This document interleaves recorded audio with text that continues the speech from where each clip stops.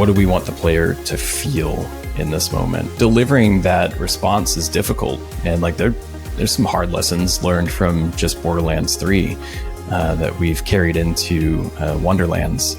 Some people might sneak into an enemy encampment. Other people might run right through the front door swinging swords, just alerting everybody.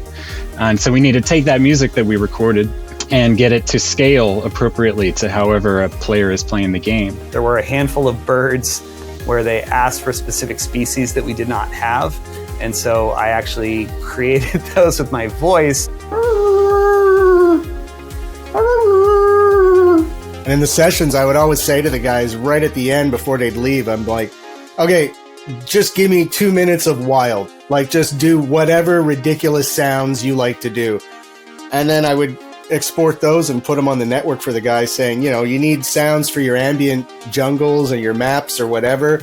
Go look in here. There's tons of wild little creature sounds that you can use.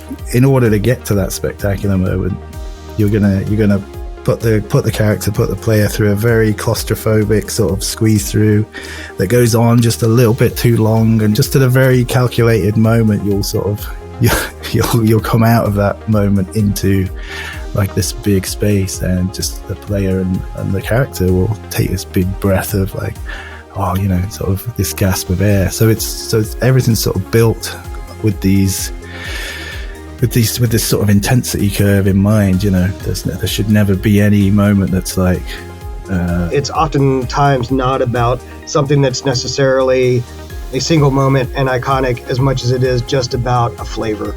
You know what I mean? Just a little layer that sits on top that moves through the world.